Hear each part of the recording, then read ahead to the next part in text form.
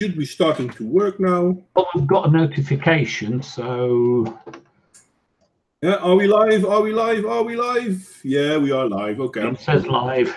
It says live. See, this is how much of an attention whore I am. I'm loving it when people pay attention to me, but I'm absolutely blind to what's going on around me at the moment. I'm sorry. Hi there, by the way. Nice to see you in the chat. You can jump in and come talk with us. We're here to make fun of the American election. You are live. I are live. Yay. Yeah, I know. I'm sorry. Hey, Square. Yeah, but you got into the chat. Join us in the hangout. Come talk to us. So hi there, Square. Hi there, Toxic. It's fun to see you. Oh, wait a second. Toxic hasn't got. I need to do this. See. Lol whoop. Really bad at this. Got a thingy. Where's the thingy? So, Toxic, check for a sec, but you should have a wrench now too. Could you?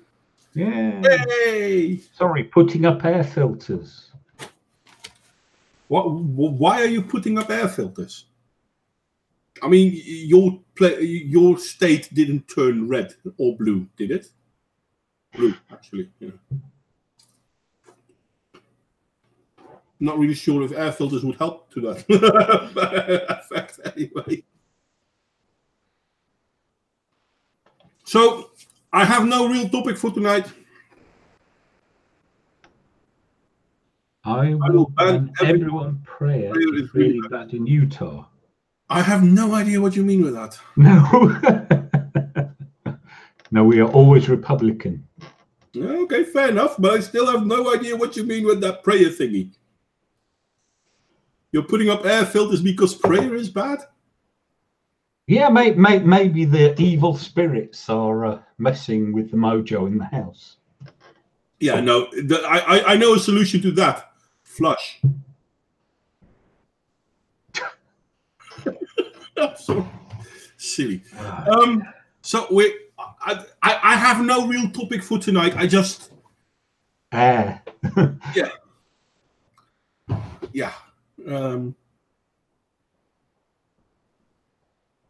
I think she's saying now she's got a wrench. She'll ban everyone, and as a separate point, the air is bad in Utah right now, which is why the air filters. Oh, so instead of prayer, it should be air. Yeah, but the ban everyone is one separate point. Ah. And the air quality is a separate point. And there's no punctuation. That's the thing, though. Give people power and they will turn into totalitarians in a second. I don't know where everyone is. Mind you, Toxic, I just announced that we will go live 25 minutes ago. So maybe a lot of people don't even know that this is going on right now. Yeah. Last week I didn't have a live stream because I was too tired. So I did. So you didn't. No harm was done. Yeah, you went live. True that. I missed that. That's all right. Sleeping, but then we were talking afterwards. We were talking afterwards, indeed. But I did do a little presentation during it.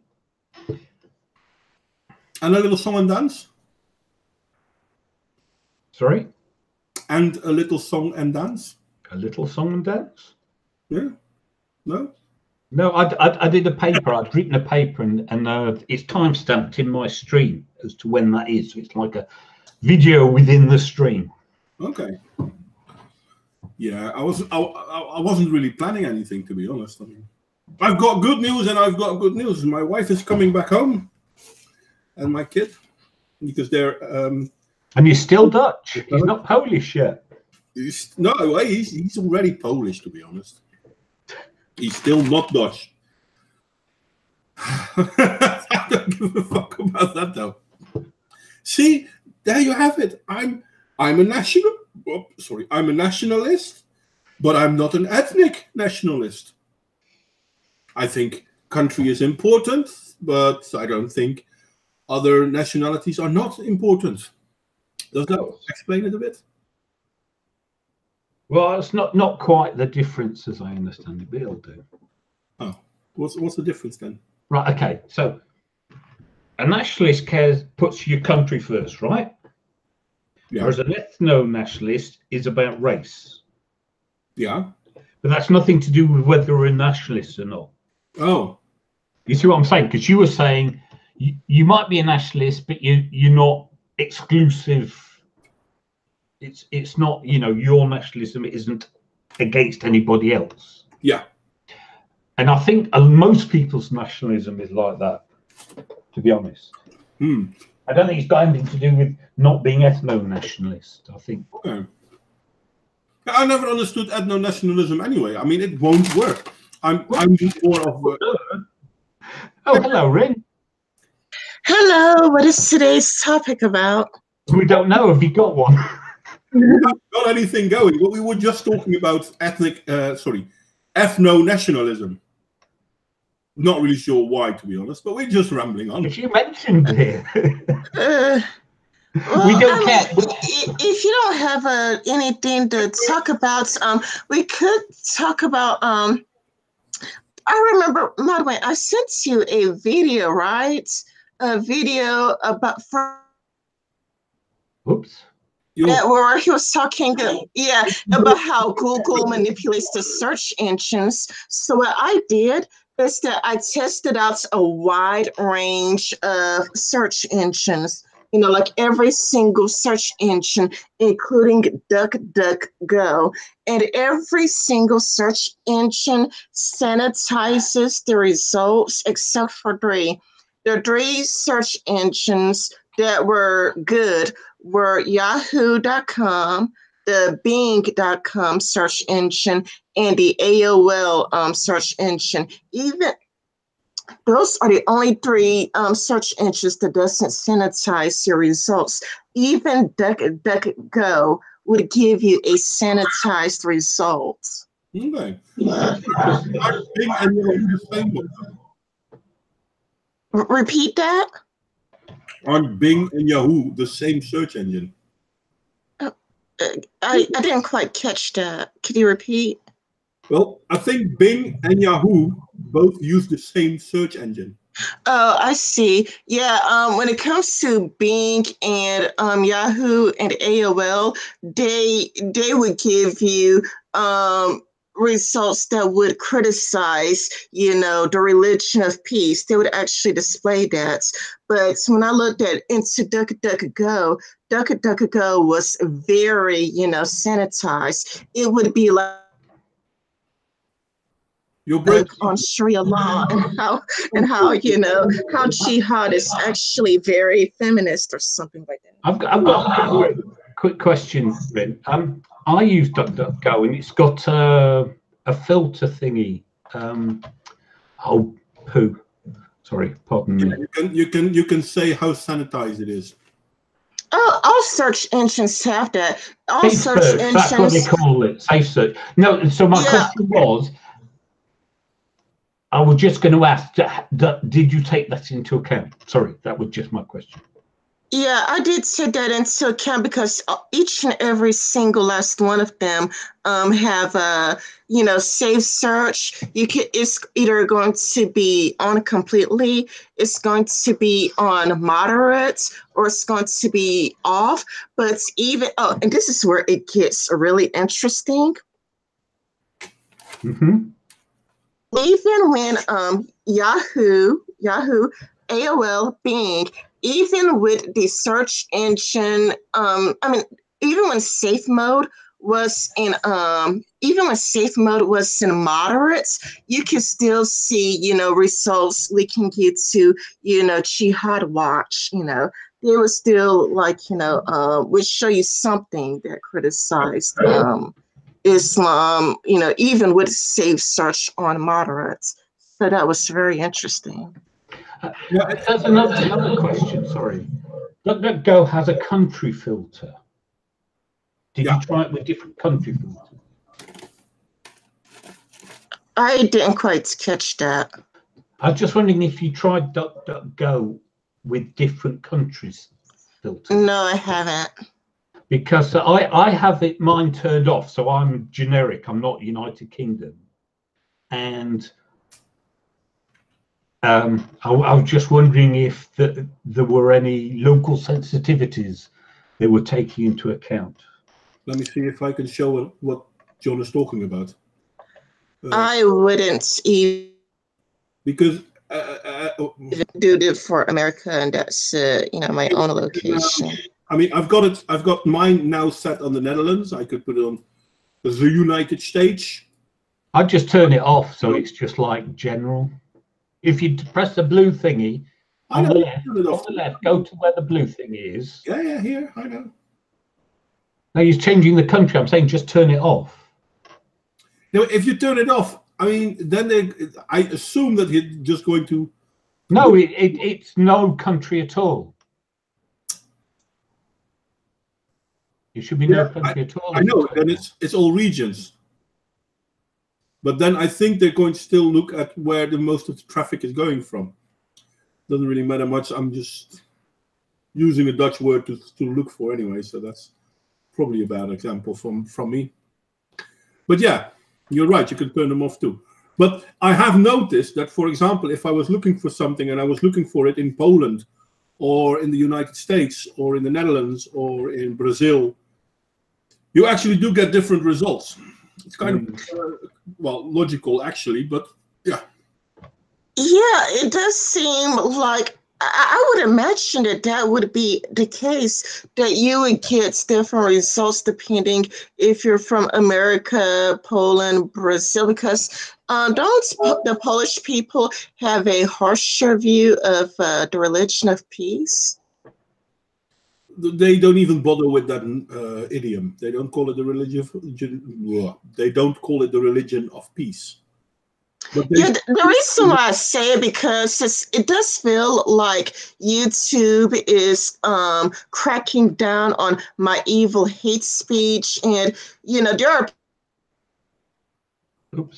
the platform for criticizing that religion. Like, I remember that there was this one guy, who had a channel dedicated to criticizing the religion of peace, and he was a smaller YouTuber too. He didn't have many subs, but YouTube still found him, and they kicked him off the platform, even though he didn't say anything all that bad. And I remember the Amazing Atheist was the one to point it out. Mm-hmm. Yeah, the reason why I call it the religion of peace is not because I actually literally believe that, but because it's kind of a lot like they crack down on criticisms of Islam on YouTube, and if I see the thing is, worse, it probably could get your channel taken down. Oh, don't worry, I'm the same. I call it the religion of pieces. Yeah, Ren, you keep talking, and I don't get me wrong, I don't want you to stop, but every so often your sound breaks off. We can't hear what you're saying. So maybe something with your microphone, maybe a crossed wire or something.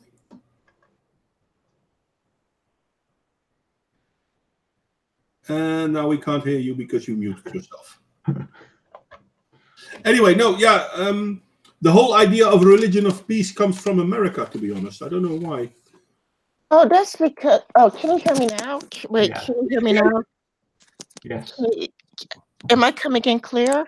Very clear. No, that's the thing. You're coming in clear, and then all of a sudden, you're gone. And then suddenly, you're back again. And it's not something I'm doing because... Hey, Square, welcome to join us. Hey, Ren. Hello. If you sign out and come back in, it'll stop doing that. I should... Give it a shot. But yeah, I'm sorry. Go on, Square. I didn't want to interrupt you. Oh, the religion of peace, the calling it the religion of peace in the United States. That's a joke. No, it's not a joke. It actually started with Bush. Okay. Yeah, but clear. Keep talking, Ren. Yeah. Right, Modwain. It all started with Bush. he is the very first person to ever call it the religion of peace. Yeah, I don't know why. But the thing is, in Poland, well, first off, Poland isn't that long out of the oppression of communism. But in Poland, they still remember their history. They still remember that it was a Polish king that saved Vienna and saved Europe from the Ottoman Empire, which they did. Fair is fair. It's almost 300 years ago now, but it did happen. By the way, I'm sorry, Modwain, but I don't know much about the Ottoman Empire. The Ottoman Empire was the last caliphate, not counting IS. Yeah, I mean, I wish American history was far more broad. You know, I wish I learned more about Chinese history, and I wish I learned more about, I don't recall ever really learning about covering communism back when I was in school. Like we briefly touched on it, like back when I was in school. It would be briefly touched upon. It would be like, oh yeah, Stalin bad, communism bad, but it would be very, very brief, but it would be like we would spend a month on Adolf Hitler, though. Well, in all fairness, most Americans don't even know American history. Yeah, that's because, I mean, when I was in school, history was very shit. I mean, it would just be like Hitler, Black History Month, where it's kind of like they would talk about the accomplishments of Black people, but how, all white people owned slaves and how white people were evil oppressors and whatnot. So it's kind of like when I was out of school, Oops, and she's from YouTube that were surprising. Like I was surprised to learn that white people were slaves. For me, I thought that white people were never slaves. So I was genuinely surprised to learn that white Irish people were slaves. What also surprised me was that, only 1.4% of Black people were slaves during the heights of slavery. I didn't know that. I thought that's all white people owned slaves. Only about 2% of all, only about 2% of America owned slaves, and that 2% wasn't completely white. Yeah, but when I was in school, I thought all white people owned slaves. So it's kind of like when I go on YouTube and I learned that it wasn't, 99% or 90 or 100. I mean, I was completely, taken aback. I was very surprised, I mean, you asked about the Ottoman Empire. They had white slaves. Just ask a Bulgarian. Yep. Yeah, but it's it makes sense now. It's kind of funny. If you told me this back then, like if you told me this while I was a teenager in school, I would think that, this is crazy talk. But I don't understand, because in the Bible, you've got all that slavery and they weren't Black.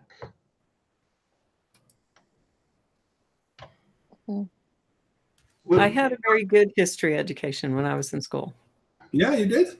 Yes. I had several very good teachers. I did European history, Western history, ancient civilization, et cetera, et cetera. It's so mine generational. It's probably generational, because I had excellent history.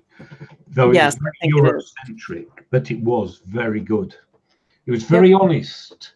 It was, what we would call warts and all. It wasn't any attempt to gloss over the nastiness. Yep, they didn't sugarcoat it. It was pretty bloody all the way through. It's what it is. I mean, it's not about good. It's not about bad. It's about facts. Yeah. And then when I was going through high school and stuff, they get into your own background and all that good stuff, and we're all Swedish, Norwegian, German background, but we're all very poor.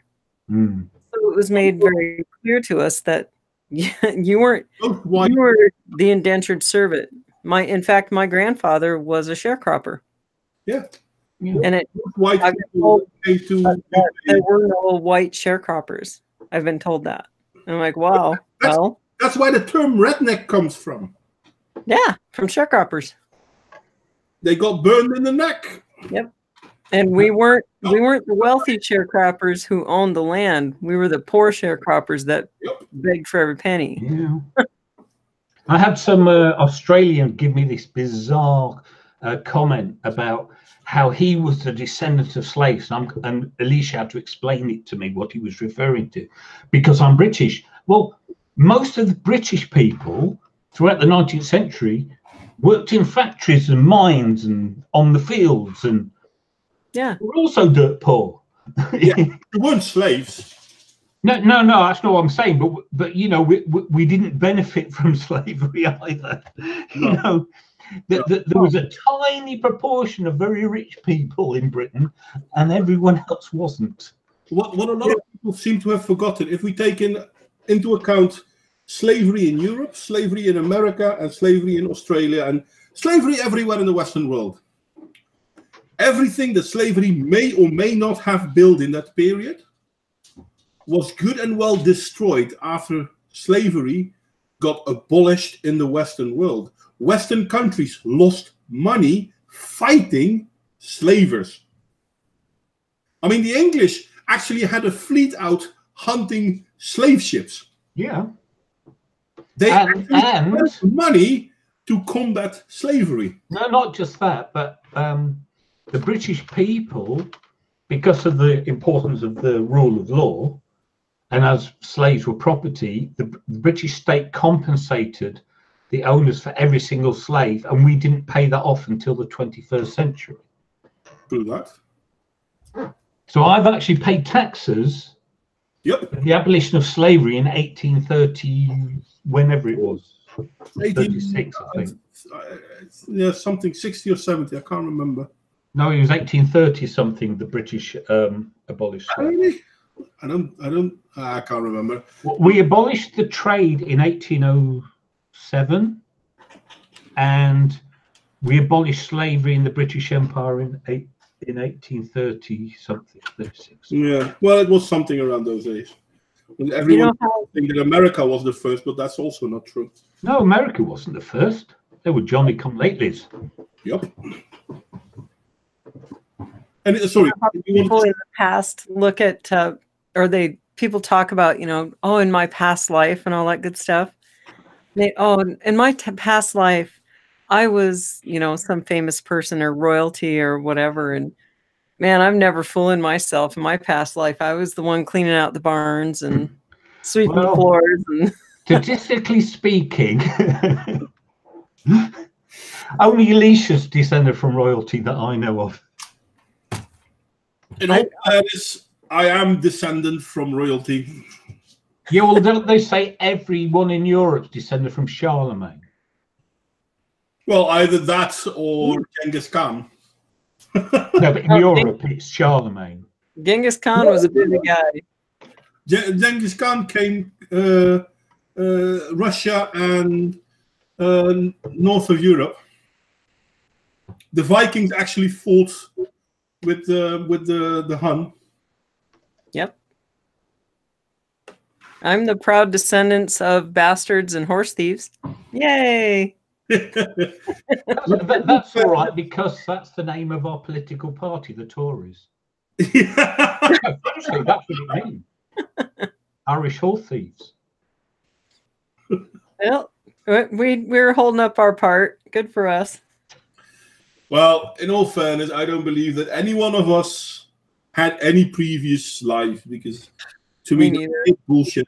In all fairness, if we look at how many people are living in today, if we compare that with all the people who lived, let's say, from the 17th century and earlier back, we now have more people living at this very point in time than lived for about 2,000 years. So, yeah, but they're all repeating. It's repeating lives. I mean, it just feels like it. Then we are copies of each other. Yes. There were only like a few million people in the world then, and there are a few billion now. So that means that everyone must be copied at least, what, 1 million times? No. We've got all those ants to be the NPCs. Isn't that part of Scientology? What Don't we ants? like make copies? You guys, you want to hear something really funny about the NPC thing, though? What? Okay. There is this YouTuber, Shiitake or something like that, who made a stream on playing Red Dead Redemption. And in this, he attacked an NPC suffragette. Oh, I saw that. Yeah. And now his channel got blocked and banned because Fox complained about it because a gamer attacked an NPC. So I think there is no better proof of the whole NPC meme that these bloody idiots are NPCs because they're defending an NPC. Somebody wrote an article. Somebody wrote an article, and in that article, they complained that NPC characters in video games were not developed enough, didn't have enough personality. Oh, the projection. I mean, seriously, the projection. The pretend man killed the pretend lady. Oh my God. Oh my Yeah, it feels like, I mean, a part of me feels like, should I,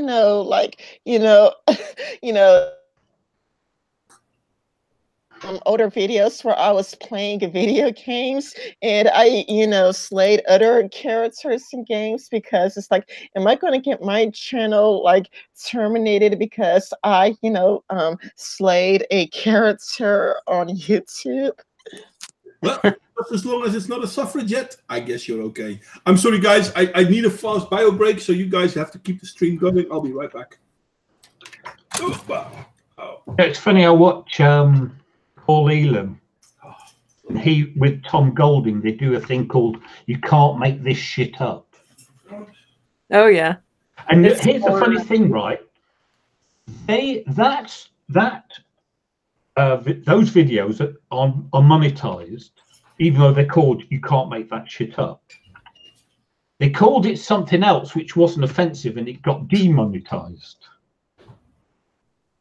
That's well, and then somebody shows a cartoon character of somebody else beating up another cartoon character. Oh, they get destroyed.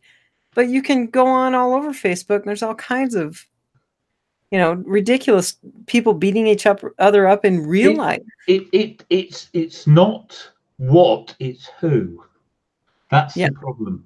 And but the point is they do that. So they do one of these news summaries, and their news summary is about men's rights or women getting very lenient treatment under the law, things like that. And Paul Elam was complaining that it's got to the point where he honestly thought some of these articles were satire, but they weren't. And he says, you can't tell. Yep. Why somebody went out of business. One of those parody sites went out of business because they couldn't tell the difference between real and fake. The Onion, they stopped. Was it The Onion? Yeah, they were talking about stopping because they made parody stories that became reality within a few months after they thought they had a good parody. The world is. They made a parody about a woman complaining that she got rescued by a man when she was drowning, and then something like that actually happened. So they were like, part is like, the other part is that you would think that many people would be getting tired of the left, but at least so far it looks like the left has got control of the House. I mean, not all of the results are in. It is 418 out of 435, but so far the Democrats have control over the House, even with all of the crazy things that the left has been up to. Yeah, but here's the trouble. That I'll give you two recent examples. Tim Pool's did a stream recently with a left-wing journalist. I don't know if you saw it. I haven't. And this guy's a journalist. He's not just an average Joe. Okay, he's supposed to be clued into the news. And this left-wing journalist is like, his whole attitude was upside down land.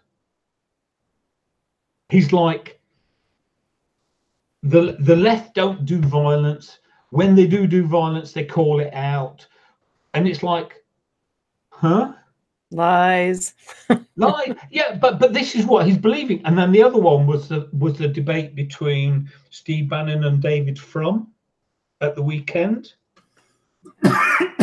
which was a month debate. And David Frum was the same thing. He's going,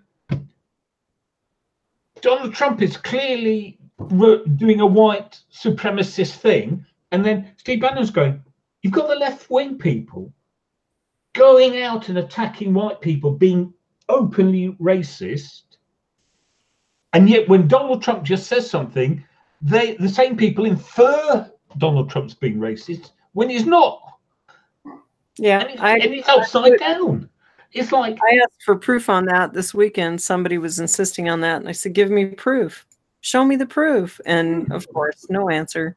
So it's because everything's this is brilliant logic of the left. It's like it's dog whistles. Only they can hear these racist dog whistles. What does that tell you? Chelsea Handler said that, and I said, "Well, you should know what a dog whistle is." That was me. But yeah, no, it's like they're always talking about these dog whistles, and I'm like, how come no one else knows about these things, but you do? This tells me a lot more about you than anybody else. Yeah, it's kind of funny though, because if you look at, for example, Cortes got voted in, and I'm like, I've yet to find someone as vacuous as she is. She's dumb. I'll say it for you. Yeah, I try to be nicely friendlier, but we used to say vapor brain, stuff like that. I've seen interviews with her that the reporter actually tried to make her look good, and then she's answering, and you can see the reporter going, "Shit, okay, so I can't ask this as well." And they're not saying it obviously because they really did push her a lot, but oh my God, she's got two of the three most important. She's got three important attributes. She's young, she's a woman, and she's pretty. Those are very important attributes in elections, unfortunately. Did you hear what she said about healthcare? Oh, or no, Medicare. $6 billion. Yes, we need Medicare for all. For itself. Is what she said. And the American Diane Abbott. Well, they pressed her on it. They're like, so we need Medicare for all. How are we going to pay for it? And she goes, well, we'll just pay for it. Yeah. Yep. Well, wait. When it comes to Tim Pool did address this. He said that sure that Cortes got the most votes, but he said that very few people showed up. He said that she got the most votes, but with 3,000 people though. That's because Isn't I guess it one of those you could stand a donkey and it would win if it's a Democrat or something?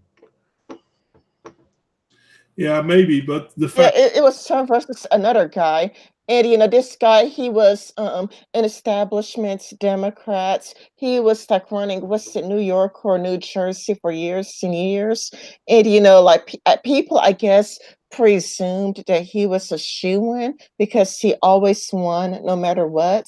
So even though she won, she won with like 3,000 votes. So she only won, but she only received 2% of votes of the whole entire population, something like that. Geez, that's not much. Did anyone hear? There was that guy standing in New Jersey. Tim Pool kept talking about him, who was a proven paedophile. Did he get in? I wouldn't know. I haven't really paid attention too much. I just know that Cortes got in, and to me that proved one thing above everything else. It's a popularity contest. Of course it is. That's what elections are. Well, yeah, elections are a popularity contest. You'd think that people at least vote for someone who's actually aware of what they're talking about. I mean, that you're not knowledgeable, okay, I can understand that. But that you're completely vacuous about subjects, and thinking that, oh yeah, no, we're going to pay for it. How are we going to pay for it? Oh, that's okay, we're going to pay for it. How is that an answer? And the two Muslims got into. You know, I do think that this goes back to the points, like we've talked about this before, that like maybe times have been too good, that people just got so lazy, they think I could vote for whomever and everything would remain the same. Because it's kind of like when you get used to good at times, you don't think anything could ever change it. So it's like, well, I'm not going to vote at all, or I'm just going to vote for whomever, it doesn't matter. And so you vote because you think that everything is going to remain exactly the same. We couldn't hear what you said. You fell away again, Rin. Oh, what was the last thing you heard? I can't really say. I heard the last bit you were saying, but maybe 2 seconds before that. Well, can you tell me what was the last thing you heard, and I'll try to fill in the missing pieces. Yeah, I'm sorry. I'm not. I tried to listen to the whole story, so I can't really say this is what the last word you spoke. Okay. I'm not really that good at that. Okay. I'll try. Okay. This to me reminds me of one of our previous conversations about, good times creating weak men, and how perhaps times are so good that people believe that they could vote for and think that things should remain the same. Like they believe that they could put a communist into office and everything would remain the same because life has perhaps gotten too good for people. Yeah, you could be correct. You could be correct. I mean, I'm worried though that in Europe we've seen a push towards socialism. We now see the same happening in America. Multiculturalism is brought as a good thing, even though no one really understands what multiculturalism actually is. All these small things are worrying, and maybe it is because people have had it so good that they don't realize what they're giving up. Well, remember, good times creates weak men, and bad times creates strong men. So when things are like really good, people get lazy. People are like, oh yeah, things are so good. Let's have socialism. Let's have communism. Everything would still be the same. It would create, heaven on earth, because I mean, it sounds good, doesn't it? Spreading the wealth, sharing everything. I mean, it's not just that though. I think I keep trying to raise this point that the debt young people come out of college with now, which has been steadily rising both in the level of debt as education gets more expensive and the number doing it, will push people towards these kinds of attitudes, because I'd hate to think what it'd be like. You haven't worked a day in your life, and you've got these tens or hundreds of thousands of dollars debt. It must be frightening beyond belief. Yeah. Yeah, I've also heard of this when I was talking to Sophane once, where it's kind of a lot like people who are poor are more likely to go to the left, mainly because it's kind of a lot like, well, how do you get out of poverty when you are such and such into debts, because there is a poverty cycle where poor parents are likely. And poverty is hard to get out of, easy to get into. And single parent is a self-perpetuating cycle as well, unfortunately. Yeah, exactly. And when people are down there, it's hard to get out of it. Some people manage to go up, but they go up only a little bit.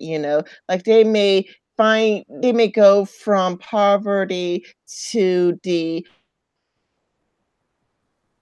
may go from the lower middle class to the middle class, but it's kind of like you really can't really be rags to riches doesn't actually happen unless somebody from Hollywood notices you. Or which is very rare. Or you could be a sports star or something which is exceedingly well paid on a one-off. One person will do really well.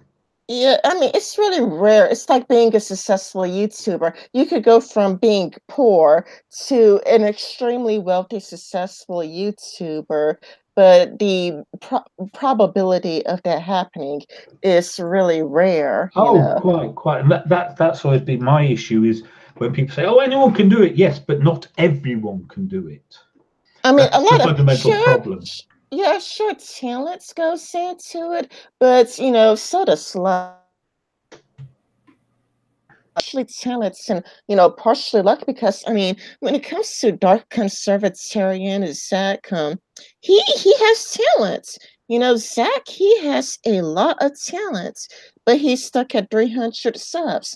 And you would think, how is Zach, somebody as talented as he is, he's well spoken, Zach does really great work, he's hardworking, and amazingly enough, he is stuck with 300 subscribers, and it's amazing.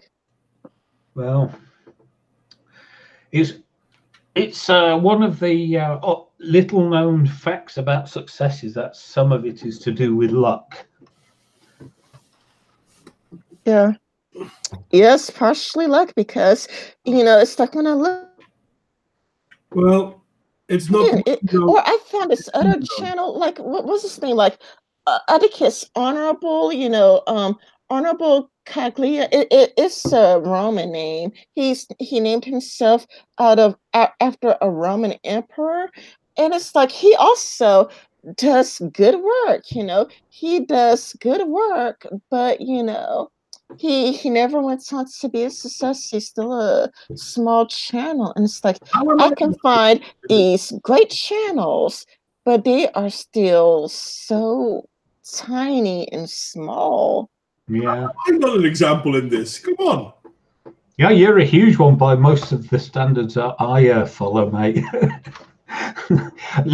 Hundreds a lot for a lot of the channels I follow. I mean, I've gone down to an average of 40 views per video. Yeah, I think the whole that's everybody though. Well, my view count is going up. Yeah, that's good. Oh, good for you. Thank you. But no, it's just I follow a lot of people, and some of them do really high quality stuff, and it just if you don't get the right shout out, or you don't fit into the right market, yeah. Yeah, it really does suck.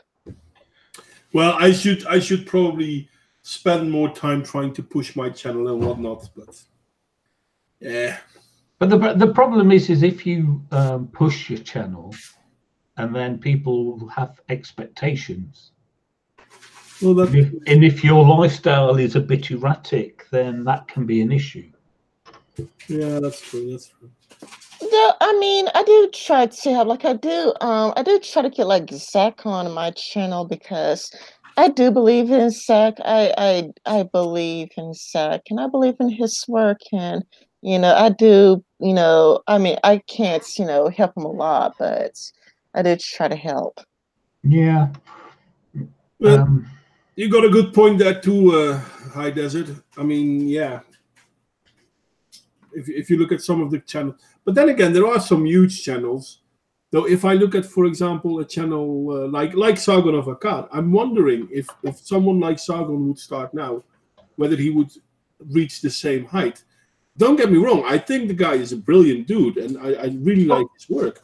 Well, as I say, you know, time, luck in terms of the right time, right place, right content.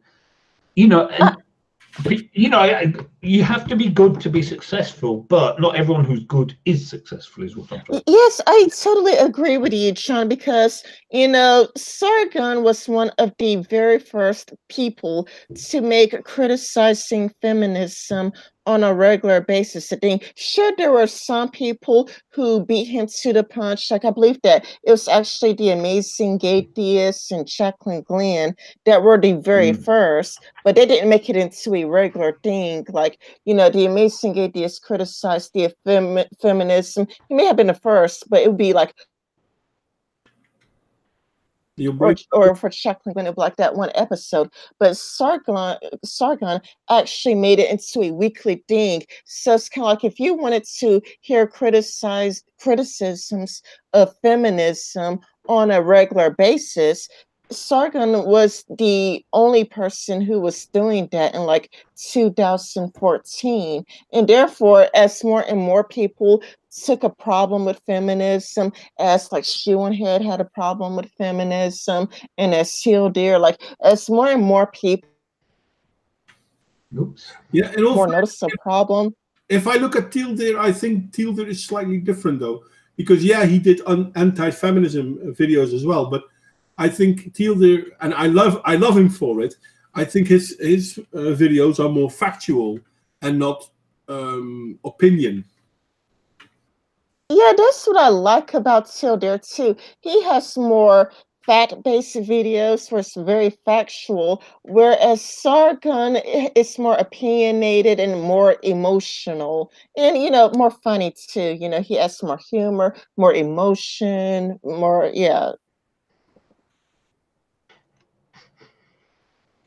But yeah, I'm not sure if I will ever grow big. I mean, on BitChute, I now have 25 subscribers, I think.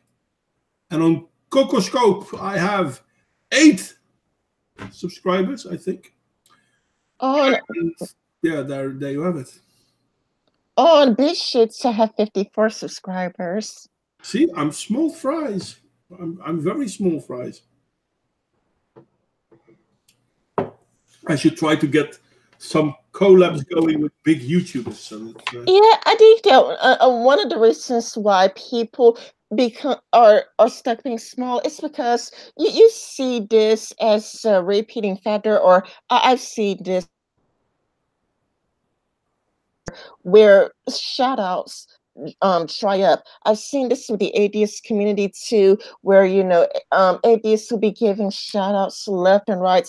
I'm talking about, you know, when there's the culture war between Christians and atheists. I'm talking about, you know, the Amazing Atheist, Jacqueline Glenn, Mr. Repsian, Dark Matter 25, the atheism channels. There would be like shout outs like left and right, left and right. It's like everybody is getting the shout outs and everybody's doing shout out videos. But then as time goes by, you know, the shout outs, you know, begin to dry up. You still see like what's it called, the drunken peasants. They still try to help out smaller channels, you know, but it kind of dries up. And I noticed the same thing, you know, with the skeptic community or the anti-feminist community, the anti-estrogen. It's, you know, it's up to you. I noticed that the shout outs, there would be everywhere. Like Shoehead would be giving shout outs, Sargon would be giving shout outs, that guy T would be giving shout outs, you know, Crouton T would be giving shout outs. It would be like everywhere. It would seem like everybody is doing it. But then as time goes by, it seems like these shout outs begin to dry up. Yeah. Well, maybe I should be more active in trying to do collabs and whatnot.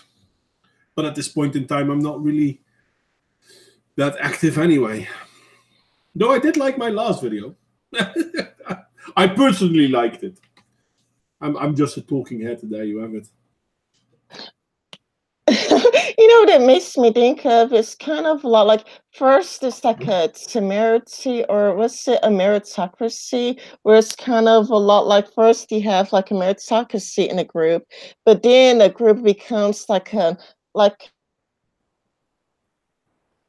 then it becomes almost like a, you know, like a I guess a dictatorship, but I don't like the word dictatorship because nobody's being controlling anybody. But it seems like, you know, you just go from a lot of people to a studied few people at the top. It's like one person.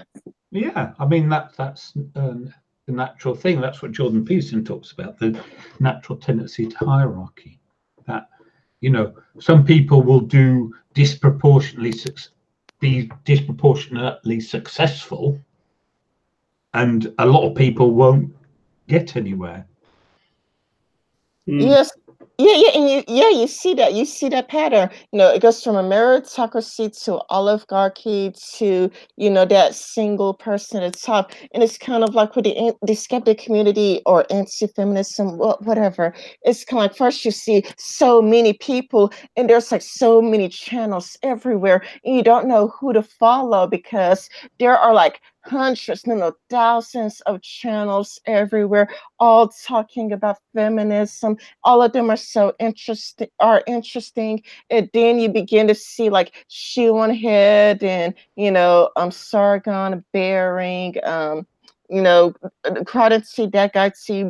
You begin to see some, you know, and then you just see like this almost like an oligarchy. But then, you know, Blair White's is now doing she's no longer making anti-feminism videos. Now she moves on to, I guess, I don't know what you would call it. Is it, I don't know what you would call it. And she went ahead, you know, she's still complaining about feminism, but I don't know. It's not, her content isn't quite the same, you know. I don't. I've never been a fan of hers. So. Yeah, it's not quite as nicer about it. Like before, she was a lot more aggressive. Like, oh my goodness, a feminist says something stupid. Let me get drunk. But you know, now she's a lot more nicer about it. And it's like that guy T. He went some full NCAP, and then now I don't know what that guy T is up to these days. You know, it's like he's disappeared. Then like what's that happened? I mean, it's kind of like it does seem like, you know, Sargon is at the top now. His friend, and you know, the quarter inches, yeah. I think though the you know, because everyone derided when people talked about a community, but the irony is a lot of people were kept stimulated by the community, and when as soon as people start leaving, your friends start leaving, or the people you work with start leaving, it takes the impetus out of things. Yeah, I never really understood the whole community thing. I mean, a community as in we have the same ideas, or we have a community as in people who know each other and hang out. Yeah, it wasn't really that though. No, it was. It's just that it wasn't a community, but it is, you know, so many people, they know each other, they collaborate, they would discuss each other. Well, and so they're foils. You're foils for each other. You know. Here's Oops. Preciosity. I mean, I know you don't like Preciosity, Modwain, but she did give a good explanation. It's kind of like, well, here is everybody in the skeptic community all getting together at VidCon, taking pictures with each other at VidCon, you know, and all behind the Kekistani flag, you know. And it's kind of like, or, you know, like you would go to Sargon's channel and he would have, you know, what's his name again? Dr. Rana Merkham fill in for him for This Week in Stupid. Yeah. very similar to him, filling in and doing This Week in Stupid in his place. Let's be honest here. You're not going to see Curiosity doing This Week in Stupid. You're not going to see Kevin Logan doing This Week in Stupid, or Millennial Woes. You're going to see people who dig similarly to Sargon doing This Week in Stupid. Yeah, I'm not really sure, to be honest. I mean, if I look at myself, and I can only talk for myself, obviously, I've never had a problem inviting people or discussing people that are ideologically opposed to me.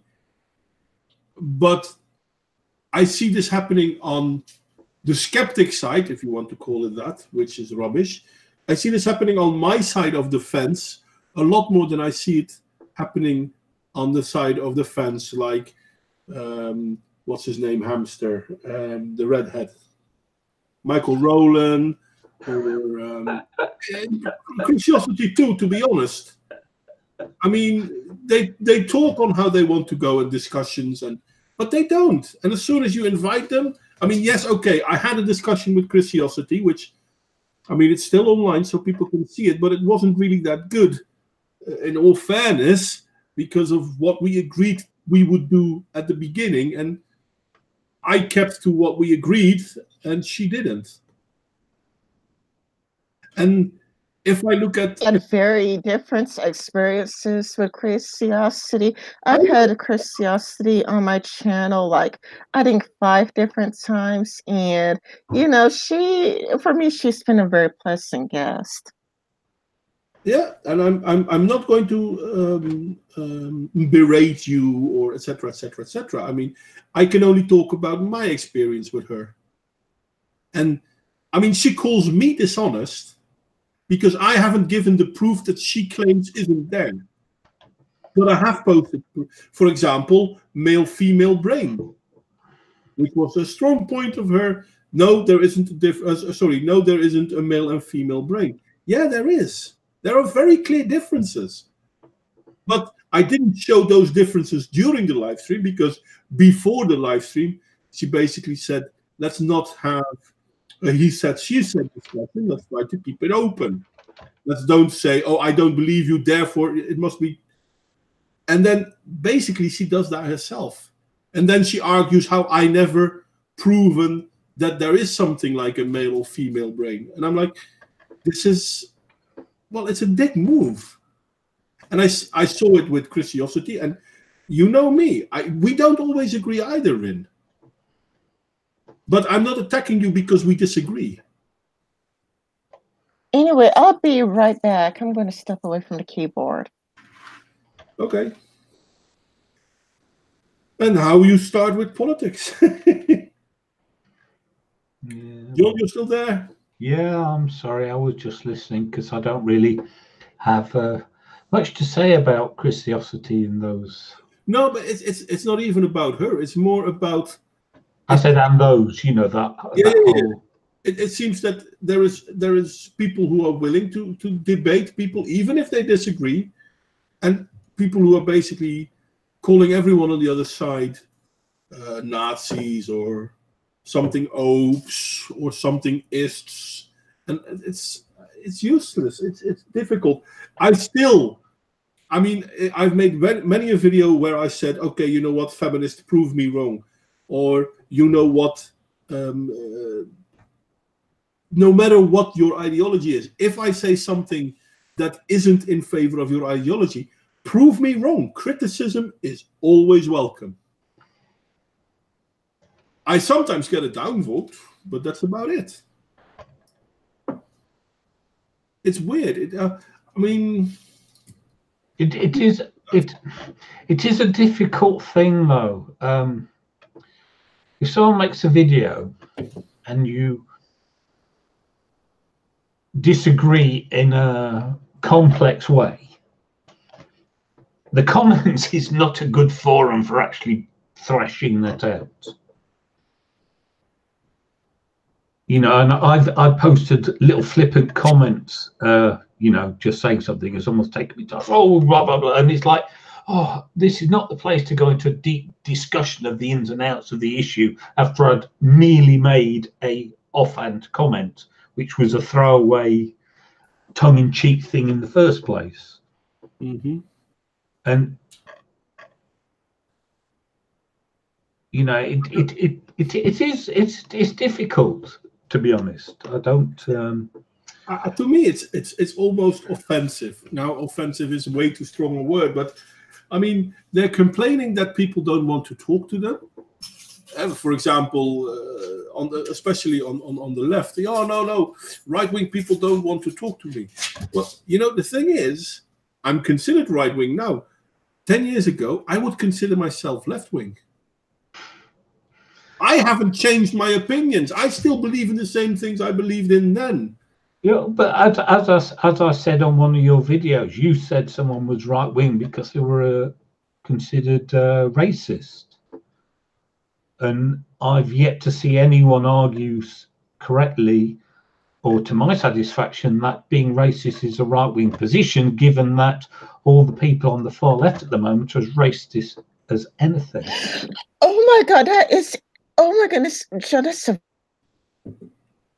Oops. good point. How come, you know, the right-wing position is the racist and homophobic position? You know, like, why is it like, oh, if you're racist, you must be a right-winger, or if you're homophobic, you must be right-wing. You know, it's weird. Because I know that, sure, you know, first come, first serve, and that's, you know, Obama on his second term was the very first, you know, person on the Democratic side, and the very first person in general that advocated that gays should be treated equally, but only when the polls have changed, you know, only when it was socially acceptable in the polls, you know.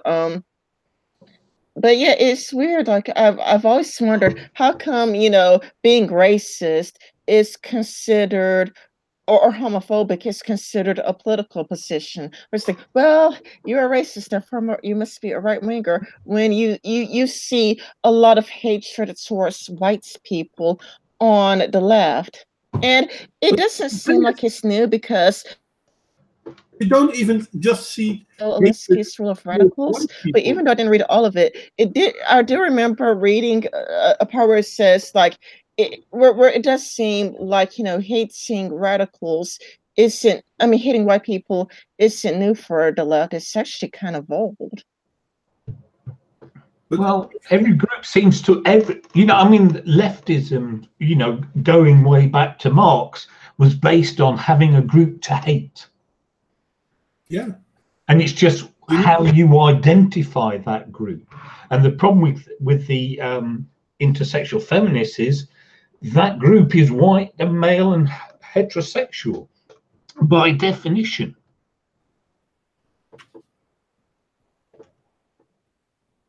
It is somewhat worrying, though.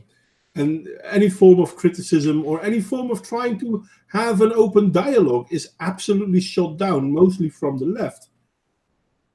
Now, there are right extremists, and they will probably not go into discussions as well. But I wouldn't know that because, well, I have invited some, and I have spoken to some, actually. But it's. I mean, I can remember a live stream with a Danish guy sometime. And he was so convinced of his rightful position that no matter what answer I gave him, his response was basically, yeah, I don't know about that, but I don't think that's the way to go. I don't think this is happening. For example, people being killed, being raped, people abusing the system. Yeah, that's not good, but I don't think that happens. But it is happening. Yeah, but I don't think it's good, so I don't think it happens. I mean, it's like, did you see the GQ interview with Jordan Peterson recently? Yeah, with the woman.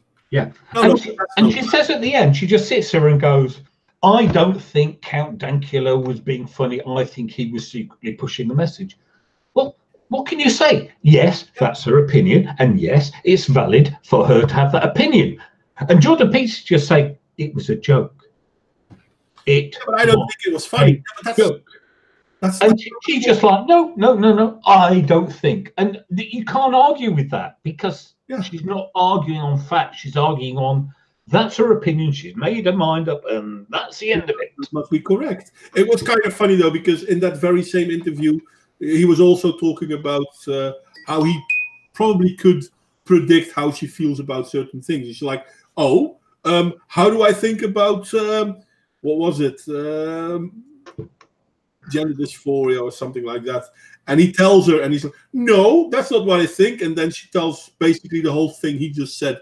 Yeah, that was no. The best bit, he owned her so much in that interview. But the best bit was when she owned her privilege, and then he said, "Oh right, so you're going to give that up for somebody less privileged than you?" No, why? Because I don't feel like it. Literally, literally, because she doesn't feel like it. Yeah. It was. I mean, if that woman could hear herself talk, but what the hell am I talking about? Of course, they can't hear themselves talk. It's like Kate Newman all over again, though. No, it was a great interview, but it's just the people around us that didn't like it. No. Do you know what's worse though? Kathy Newman is an interviewer for Channel 4. Yeah. This woman is a fellow at Oxford University. Yeah, I know. That is way worse. Well, probably. I'm not really sure if I would say way worse. I mean, Kathy Newman is a professional interviewer. So you could say, well, this Oxford, what is she, alumni? No, she's a professor too, isn't she? No, a fellow. A fellow, that's a thing. Yeah, that's someone who helps. I thought she was a professor. I can't remember, but okay. No, a fellow is not someone who helps. A fellow is like a member. It's like it's an honorary position. Okay. But among sorry, because now I missed my point. But I mean, she's not a professional interviewer, so I can somewhat understand that she might not be as good as Kathy Newman. No, but she's supposed to be a professional thinker. Yeah. And there was no thought involved in that interview. That's her side. I was so amazed that basically she said, "No, you're wrong," and then she basically agrees with everything he just said. But she doesn't feel the same way, therefore it's different. Well, yeah, Count Dankula, yeah, well, but I don't think it was funny. Yeah, but it doesn't matter whether you think it's funny or not. No, she didn't. She said she didn't think it was a joke. Oh, That's the problem. She said she thought he was pushing an agenda to get people all, anti-Semitic or something.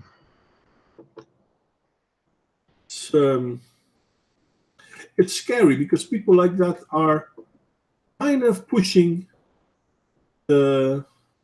Well, she actually, it's funny because this is something I want to say to Daisy because we've had a discussion about this. She said she's an ideologue. She talked about the ideology of feminism, and she talked about the ideological position of patriarchy theory, the one that I was trying to tell Daisy feminists have, and Daisy was denying. So if Daisy wants to know what that position is, go watch that interview, because this woman said it all. You got to interview Daisy? No. I chat with Daisy on Facebook. Oh, you show this on Facebook because it's like I didn't doubt she do live streams. No, I like to write, but no, it's like there's a brand, I don't know what to call it, a strain of feminism. It might not even be very large, but it is very influential. And this interviewer explicitly stated the position of somebody from that strand of feminism. Yeah. Absolutely word perfect. Yep. And so if anyone wants to know what that position is, don't listen to me, listen to this woman who said it. Yeah, but I mean, if you point it out, people are like, yeah, but you misunderstood. No, she's quite clear. And it's not even that I want to defend Jordan Peterson. I don't think I need to defend Jordan Peterson. Oh, he did brilliantly. He was great from his side. But some of and the thing is, I don't always agree with Jordan Peterson either. We don't have to 100% agree. hell, I've said that many a time as well. There's something seriously wrong with us if we are so ideologically driven that we can't admit that when we are wrong, we are wrong. But and it seems that, I mean, if we look at not only if we look at politics, if we look at our social media at the moment, the push to silence voices they don't want to hear is amazing. And we're standing there and we're looking at it and we're like, yeah, that's bad, but it keeps happening. And till the time comes when one of the two will absolutely dominate over the other, because that's probably going to happen for a while. And then I'm going to point at China. Look, in China, under Mao, not the Revolutionary Guard, I forgot the name, but they were the Red Guard. They were kids, students, pushing the ideology. And after Mao came into power, they were discarded because they weren't ideologically pure enough. So what's going to happen next when Twitter... You know, that's a good point. I'm sorry. Problem, you know, with people not this whole ideological purity testing, and I would say that the progressives aren't the only ones, you know, guilty of it. You see this. I mean, well, at least I've seen it with Christianity. Oh yeah, no. You not only do you see it with Christianity, you also see it with the religion of peace. Because I know it's like we all know that, and I hate to bring this up, but we all know that Siobhan Head is good friends with the Rancing feminists. They're really, really close. And Rancing feminists gets into a lot of trouble with, you know, the feminist community because they view Siobhan Head as a racist neo-Nazi. And it's like, it's really weird. Excuse me. It's really weird because I would view, you know, Siobhan Head as being to the left. But even though I would view Siobhan Head as being to the left, you know, the left views her as a racist, a neo-Nazi, a TERF, and then they would view, like, they would give, like, the Rancing feminists a lot of hell because they're like, you are friends with a racist, or you are friends with a neo-Nazi, you know, and it's like, Siobhan Head is the one and only person in the anti-feminist community or the skeptic community, whatever. Siobhan Head is the only person that ever stated that she believes that, you know, that it's possible that there's more than one gender and that people could perhaps feel their gender. I know that Bering and Sinatra says made a veto response against her. And even then, you know, the feminists still view Siobhan Head as this evil, racist neo-Nazi. Rin, sorry, I do have to take issue with that because a lot of people I've heard have never questioned the issue of multiple genders. What they don't like is the fact that there's this conflation of gender with sex. Well, I don't care whatever gender you call yourself. I just don't feel that I should be obligated to call you that. Oh yeah, but they're different issues. But a lot of people will say yes, there are gender. A lot of people have transgender friends. It's not a rarity, in my experience, to find a lot of support for multiple genders. It's just how it is expressed. Yeah. Yeah, it is something to... Yeah, but it doesn't change the fact that there are progressives, and I've seen it with my own eyes. I've seen progressives call Siobhan Head a racist, a neo-Nazi, a TERF. But it's just weird. It's crazy that she, like, Siobhan Head would get called a TERF because she makes videos making fun of TERFs. Now, how can she be a TERF, which is a trans-exclusionary radical feminist, and a neo-Nazi? How could she be both? You know, but I've seen plenty of people called Schoenhead a TERF, a racist, a neo-Nazi, and you're like, how is Schoenhead any of those no, things? All that does is if someone is calling someone both a Nazi and a TERF, literally means they don't understand what those terms mean. No. I've seen this plenty of times where I've seen TERFs get called alt-right, and I've seen TERFs get called they get called white supremacist. But because people are just spurging insults because they don't have an argument. I don't like you. I'm telling you, I've seen this firsthand. I will see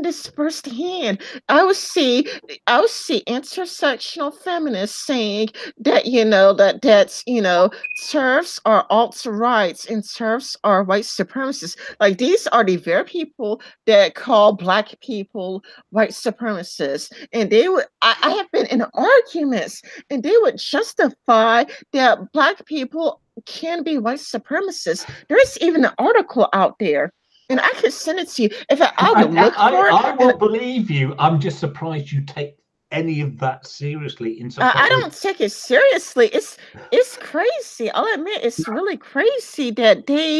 I mean, it's kind of like stepping into the Twilight Zone. It's amazing what those people.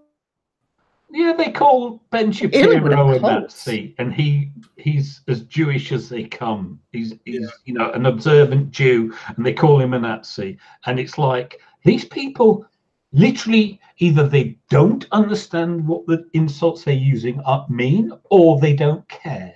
Either way, they can be ignored. Yeah, I'm just saying it's crazy though. It's crazy though. And let's see. I found the article. It says why young men of color are joining white. Well, it's actually talks about multiracial supremacists. You take an organization that is not white supremacist, you call it white supremacist, Black people join it, and their Black people are becoming white supremacists. Because of the miscategorization. Yeah, I'm saying, but it's the thing is people are morons, and if you call something that is not white supremacist, and that's your starting position, then anything derived from that position is false. Yeah, I do not agree with this. I'm just saying that's what those people honestly believe. Like, I'm not saying I believe it. I'm saying they believe this. Yeah, but they're also the same people who you hear being racist to Black people in the most foul and vile ways. Yeah, it's like a cult. Well, yeah, that's the thing. The left is a cult-like. I mean, their behavior is cult-like, and you can talk to them, and you can agree with them, and if you don't, you can't do either. Yeah, I mean, it's kind of a lot. Like, they wouldn't hesitate to call you. Modwain, you probably would not believe this if I told you. Who knows? You've probably been around long enough to believe it. But I have seen an article calling Candace Owens a member of the alt-right. Yeah, we've heard that. I've seen her being called a white supremacist. Yeah, I don't care about Candace Owens because I think she's a shill. I mean, I can still remember that she had this whole doxing site, and I agree with Tree of Logic when it comes on Candace Owens. But the fact that she's being called a white supremacist is because the people pushing the left narrative don't like her not pushing the same left narrative.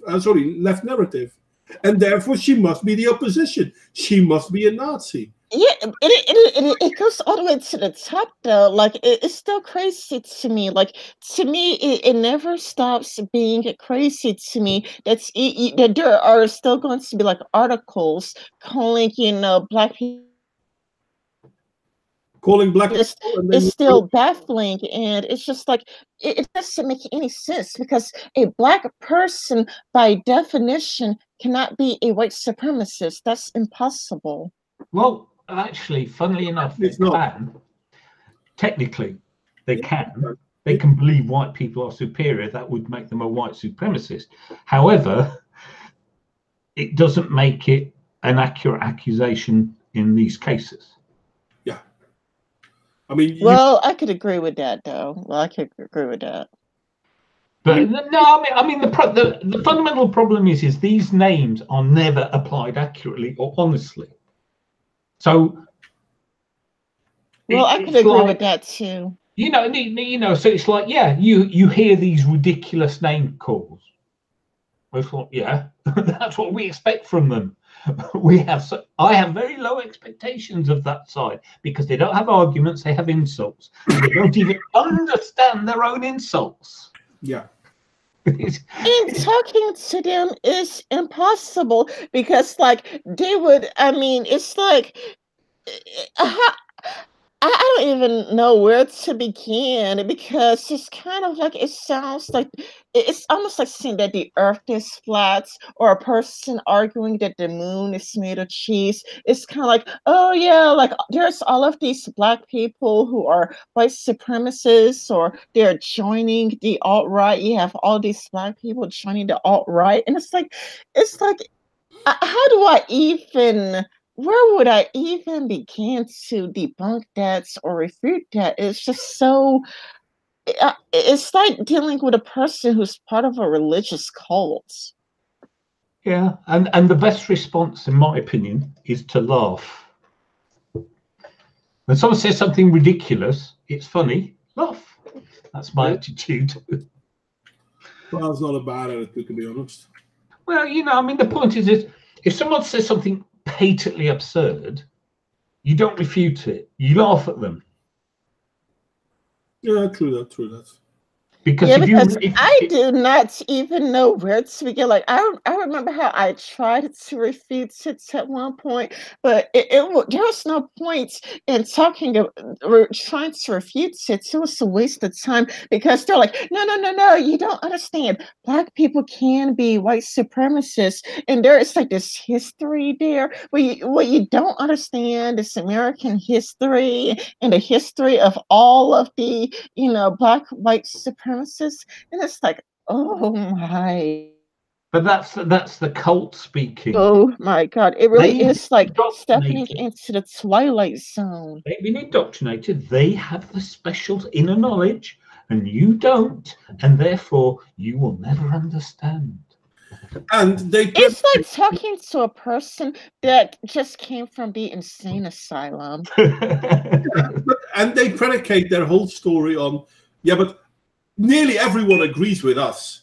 So if you don't see that Candace Owens is a white nationalist or white supremacist, well, that merely shows that you don't understand what's going on because nearly everyone agrees with us. Yeah. That is one of the... I made a video on this a long time.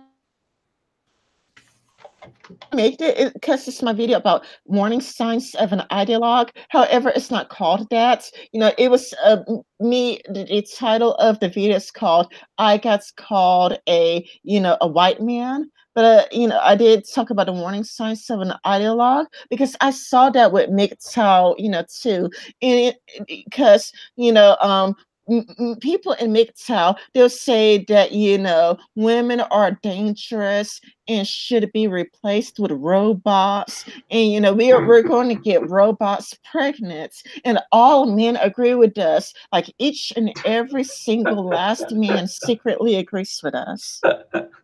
Sorry. Yeah.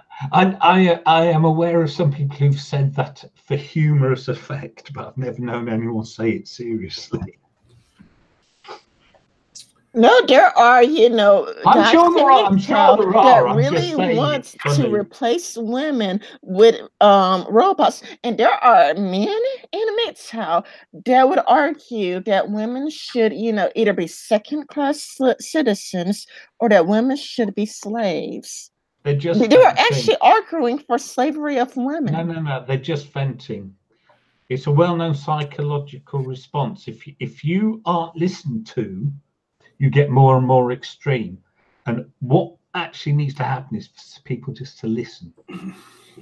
and let them get out of the system, and then they'll be fine. Yeah, but I was watching like Third Flanking Monkey, and he seems to be sincerely arguing that women get treated like second-class citizens. Yeah, and it was a video on issues. He's a moron.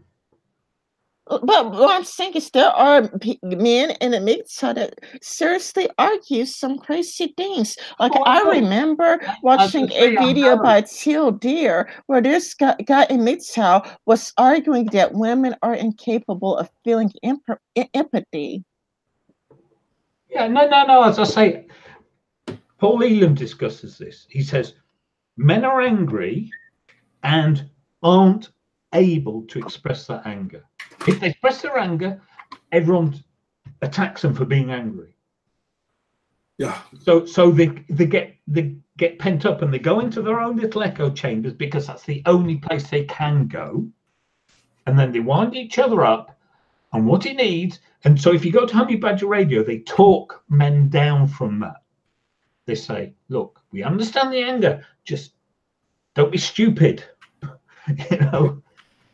And that's what it takes. But the more people are pushed out and marginalized and only get to talk to each other because what they say is unpopular and they get attacked for it, the worse they'll get. Yeah, because then basically you create an echo chamber where radicalization is the only option. Yeah. And so you say stupid shit and no one's saying anything to counteract the stupid shit. Oh my goodness, what a minute. Would you say the same is true for the alt-right? You know, that like nobody's there to talk the alt-rights out of it and like, okay, I see that you're angry, but try to calm people in the alt-rights down and try to talk that's what people like, you know, some people try and do. They try and reach out to pick not the dyed in the wool alt-right, but the people on the edge of it and say, no, come over here and we'll talk to you nicely, as opposed to you going and putting on the jackboots or whatever it is they do over there. But yeah, you know, if you don't give people an outlet, and if you shame them just for feeling what they feel, and it doesn't matter whether it's right what they feel, it just matters, you know, if you feel something, you feel it. And if someone is perpetually telling you you're not allowed to feel how you feel, and that you didn't have the experiences you think you've had, it messes you up completely, and that's what happens to some people.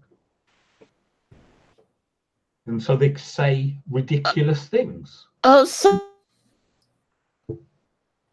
I've been thinking that like when feminists shame the alt-rights, what happens is they make things worse because you shouldn't shame people for how they feel because people can't control how they feel. It's also hypocrisy in feminists from the feminists, because that's their whole shtick of feminism is we have every right to be angry. They deny it to the other side.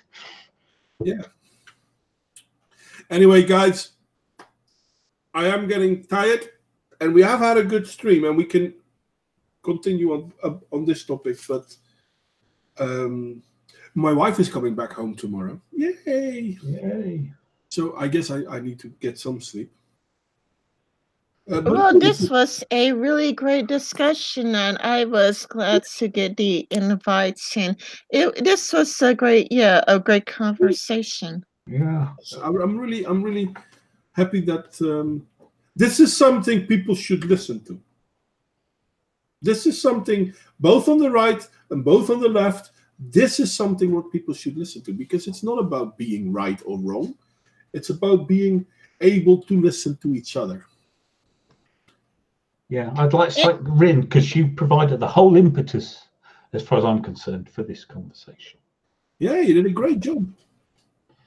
Yeah, like we didn't always agree, but even though we didn't always agree, it didn't turn into a screaming match. It didn't turn into insults. It's kind of like, well, we disagree and we moved on. Like we talked about where we disagree and we moved on and we found points of agreements instead of dehumanizing each other. Well, in all fairness, That's why I always like to have you around. Yeah, well, you know, it's good to have someone with tendrils on the other side from my position, because I don't go over there with the ranting feminists and Christiosity and those. I tried, but I'm not welcome anymore. Well, I know we disagree on this one, but for me, I find Christiosity to be very nice, kind, sweet, gentle, lovely person, and I absolutely love spending time with her. Oh, that's good. I'm not going to attack you on that. I'm not even. How do you say this? I'm not bothered by it. Of course, I mean, she's a friend of yours. She doesn't have to be a friend of mine. I'm not going to demean you because of her. I'm not even going to. I'm merely going to say what my experience with her is, but I'm not going to demean her as a human being either, because she still is a human being. It's just that ideologically speaking, we are too far apart to have a conversation, it seems. Well, okay, so be it. And I respect your opinion. Yeah. Well, yeah, that's all there is to it, really. Anyway, I am going to call it quits. Thank you, everyone, for joining us by Toxic and Ludicrous and Dark and I'm not going to... Mixed Radio and Square Peg when she was here. Yeah, Square Peg was here. I'm sorry that she didn't come back. Square Peg did ask, well, we should get Toxic Thread on. I did ask Toxic Thread, but she didn't want to come on. But she was doing her air filters. Yeah, she's doing her air filters, all right. That is true. Bye, Toxic. Thank you, everyone, for coming. Thank you, John. Thank you, Rin. Normally, I would ask, have you any last words? But in all fairness, I'm too fucking tired. I'm not dead. I'm not dying yet. No last words. It's okay, Modwain. Get your sleep. Oh, man. Yeah, I really need it. I hope to see you all next time. And thank you again, Rin, because you're really good. Yeah. Anyway, I'm going to press broadcast.